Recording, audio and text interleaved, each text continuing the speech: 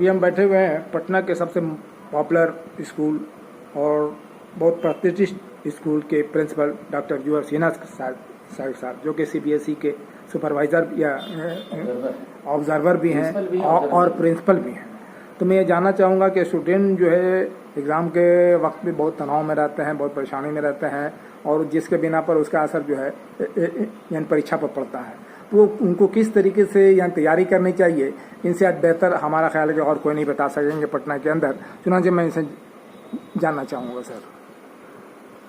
आपका बहुत बहुत धन्यवाद मोर्चा टीवी और न्यूज़ का। आप जानते हैं कि अभी CBSE central board of secondary education की परीक्षाएं 10th और 12th की परीक्षाएं शुरू हो चुकी हैं और बच्चे अभी परीक्षा के समय बहुत तनाव में रहते हैं। तो बच्चे अगर सही रूप से छात्राएं अगर आपको सही रूप से इसका प्रबंधन करते हैं, एक स्ट्रेटजी बना के पढ़ते हैं, एक इसका टाइम मैनेजमेंट होता है, तो निश्चित रूप से बच्चे तनाव से बचेंगे और परीक्षा के समय में बच्चों को तनाव से बचना भी चाहिए। जी, उसका क्या तरीका होगा?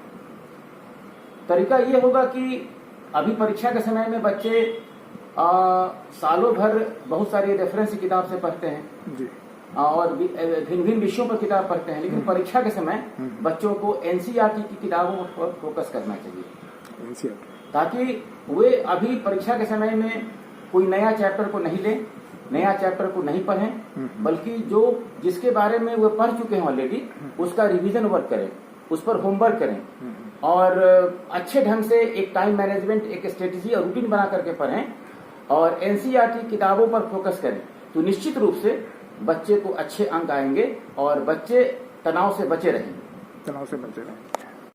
सर, अभी सीबीएसई का मैट्रिक और +2 का एग्जाम चल रहा है और उम्मीद है कि जून तक चलेगा। जी। तो अभी जो है स्टूडेंट को किस बात का ध्यान रखना चाहिए? निश्चित रूप से बच्चों को 2-3 बातों का बहुत ध्यान रखना चाहिए।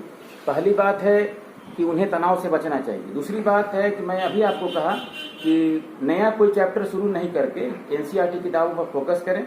परीक्षा के समय में चूंकि उनके मन मस्तिष्क पर बहुत ही प्रभाव पड़ता है, इससे इस तनाव से उन्हें बचना चाहिए। और तीसरी बात है कि हमेशा परीक्षा के समय में वो टेंशन में नहीं रहें, कभी कभी गाना सुन लें, कभी 2-4 घंटा पढ़ने के बाद वे थोड़ा म्यूजिक पर ध्यान दें, थोड़ा टहल लें, थोड़ा घूम लें, थोड़ा पौष्टिक फल और दूध लें, ताकि उनका एनर्जी बनी रहना चाहिए और उनका हमेशा वह स्वस्थ रहें परीक्षा के समय में, इसका बहुत जरूरी है।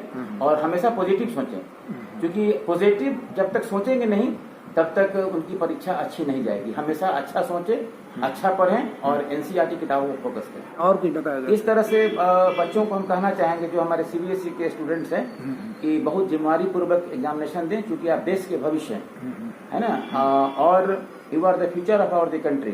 आप 10 वर्षों में जो सीबीएसई के 10 और 12 के बच्चे एग्जामिनेशन दे रहे हैं, आने वाले 10 वर्षों में वही देश के भविष्य हैं। They are the future of our the country, they are the economic entities vital for the development of the human resources for safeguarding their countries future. So I think that the child care must be taken or sincere care taken for the child education may bring manifold returns for the society.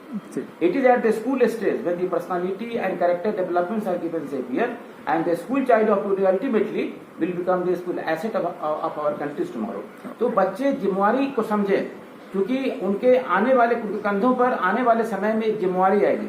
बच्चे क्या करते हैं कि admit card ले जाते हैं, admit card पर बिना सिग्नेचर किए हुए, बिना पेरेंट्स के साइन कराए हुए उसको क्या करते हैं, लेमिनेटेड करवा देते हैं। और कभी कभी हम ऐसा भी देखे हैं, सेंटर पर जब मैं जाता हूं तो देखता हूं कि 2-4-5 एडमिट कार्ड बेंच डेस्क पर रखे हुए हैं, किसी के आई कार्ड रखे हुए हैं। तो आप समझिए इस चीज को, आप you are the responsible. CBSE के जो स्टूडेंट होते हैं बहुत रिस्पॉन्सिबिलिटी के साथ काम करते हैं, तो जिम्मेवारी पूर्वक आप एग्जामिनेशन दें और इस बात को समझें कि अगर आपका कुछ कर्तव्य है और कुछ जिम्मेवारी है समाज के प्रति, आप अपनी एक फाइल बना लें। जैसे ही सीबीएसई एग्जामिनेशन होता है उसका फाइल बना लें, रजिस्ट्रेशन नंबर हुआ, एडमिट कार्ड हुआ, आपका जितना भी मार्कशीट हुआ, पेपर हुआ, एडमिट कार्ड हुआ, सारी चीजों को फाइल बना के रखें, ताकि वह आपको जीवन का मैट्रिक की परीक्षा जो होती है वह जीवन की पहली पब्लिक एग्जामिनेशन है और यह आपको जिंदगी भर काम आता है। तो निश्चित रूप से आप अपनी जिम्मेवारी को समझें और जिम्मेवारी के समझते हुए अपने कर्तव्य को निभाते हुए आप तनावग्रस्त न हो करके, तनाव रहित होकर के परीक्षा को दें। Thank you.